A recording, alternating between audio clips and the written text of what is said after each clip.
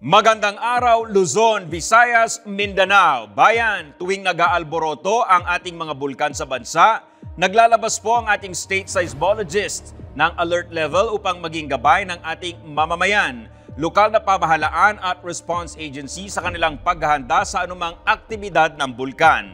Ano nga ba ang mga batayan ng VIVOC sa pagtaas at pagbaba ng alert level ng mga bulkan? Ang Civil Defense in Action sa report na ito. Mula nang pumutok ang Bulkang Kanlaon noong December 9 ng nakaraang taon at itaas ito sa Alert Level 3, nananatili pa rin mataas ang aktibidad ng bulkan.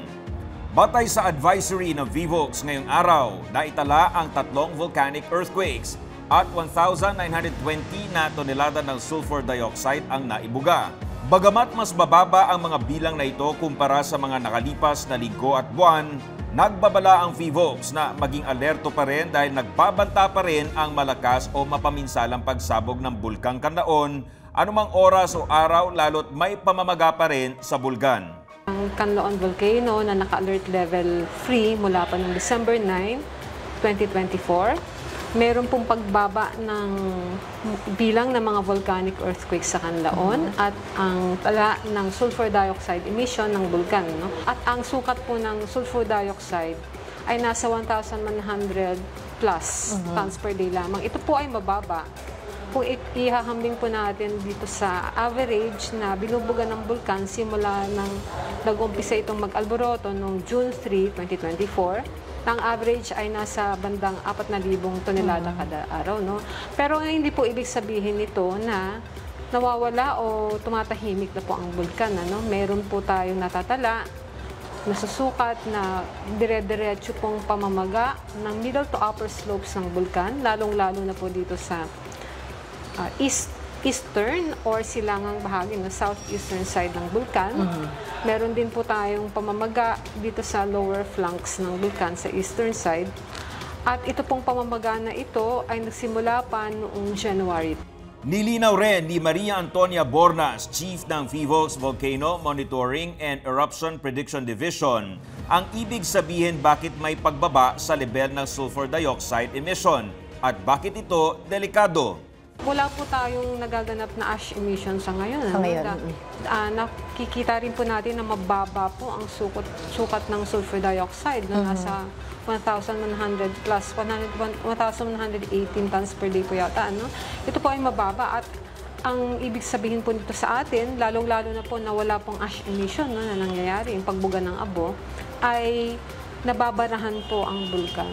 Kaya din po ito ay namamaga dahil hindi po makalabas ang naiipon na pressure, hindi po nakakapagbigas ng maayos ang bulkan, hindi po siya nakakapaglabas ng ash.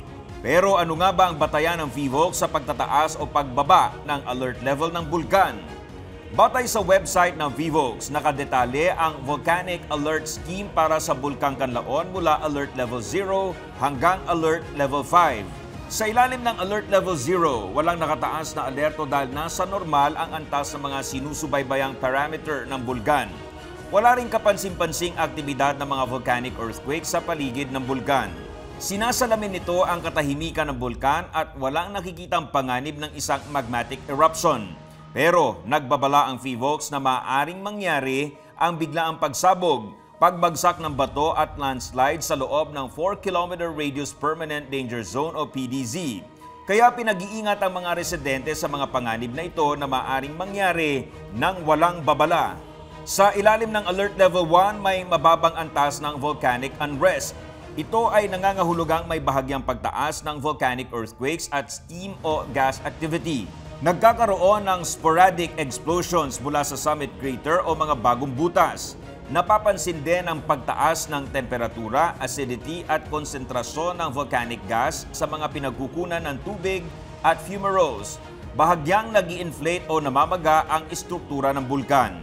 Sa interpretasyon ng VIVOC, maaaring may mga hydrothermal, magmatic o tectonic disturbances na nagaganap. Ang pinagmulan ng aktibidad ay maaaring malapit sa summit crater o sa paligid ng struktura ng bulkan, kaya mahigpit na ipinagbabawal ang pagpasok sa permanent danger zone. Sa ilalim ng Alert Level 2 ng Bulkang Kanlaon ay nagpapakita ng katamtamang antas ng volcanic unrest. kung saan ang mga sumusunod ay nangyayari. Elevated o mataas na level ng volcanic earthquakes, temperatura, acidity at konsentrasyon ng volcanic gas. May mga steam at ash explosion mula sa summit crater o bagong mga butas at pagtaas ng inflation o swelling ng bulkan. Batay sa interpretasyon ng VVOCS, maaaring may intrusion o pagpasok ng magma mula sa ilalim na maaaring magdulot o hindi ng isang magmatic eruption. Sa ilalim ng Alert Level 3 ng Bulkang Kanlaon, nagpapakita ito ng mataas na antas ng volcanic unrest. Ibig sabihin, patuloy ang pagtaas ng bilang ng volcanic earthquakes na maaaring maramdaman. Mas madalas at mas malalakas na steam at ash explosions. Tumataas ang temperatura, acidity at volcanic gas concentration sa mga spring at fumaroles. Kasama na ang ground deformation o swelling ng bulkan. Maaaring may paglabas ng sluggish lava na nagdudulot ng pagbagsak ng bato. Ayon sa VVOCS, indikasyon ito ng intrusion o pag-akyat ng magma at senyales na maaaring magkaroon ng mapanganib na pagputok sa loob ng ilang linggo. Maaaring palawakin ang danger zones hanggang 6 na kilometro mula sa summit crater. Itataas naman sa Alert Level 4 ang Bulkang Kanlaon kapag malapit na ang isang malakas na pagputok ng bulkan. Ibig sabihin, tumitindi ang aktibidad ng bulkan na may mga earthquake swarms at volcanic tremor na maaaring maramdaman. Madalas at malalakas na ash explosions kasabay ng pagtaas ng ground deformation. Tumataas ang rate ng lava extrusion at madalas na pagbagsak ng bato. Ayon sa VVOCS, may nakikitang low-level na magmatic eruption na maaaring umabot sa isang highly hazardous na major eruption sa loob ng ilang oras o araw.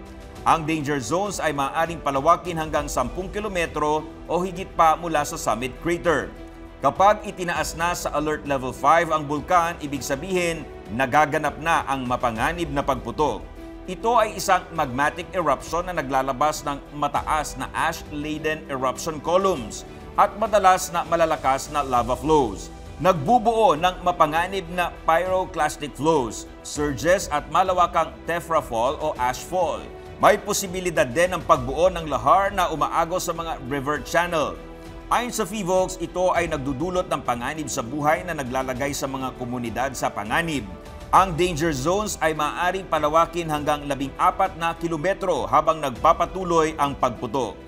Patuloy naman ang paalala ng VVOCS na sumunod lang sa kanilang babala para na rin sa kaligtasan ng mga nakatira sa paligid ng Bulkang Kanlaon.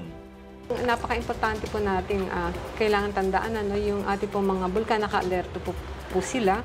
Nandiyan po ang mga volcanic hazards na maaari pong maganap anumang oras, lalo na po sa Kanlaon Volcano na naka-alert level 3. Anumang oras po, maaari pong biglang bumilis o mag-accelerate po ang Andres at ito po ay mauwi sa tuluyang pagsabog o labas po ng lava mula sa bulkan. Kaya po manatili lamang po tayong nakalikas mula doon po sa tinalaga po natin mga danger zones sa Kanlaon Volcano po. Ito po yung 6 kilometer radius zone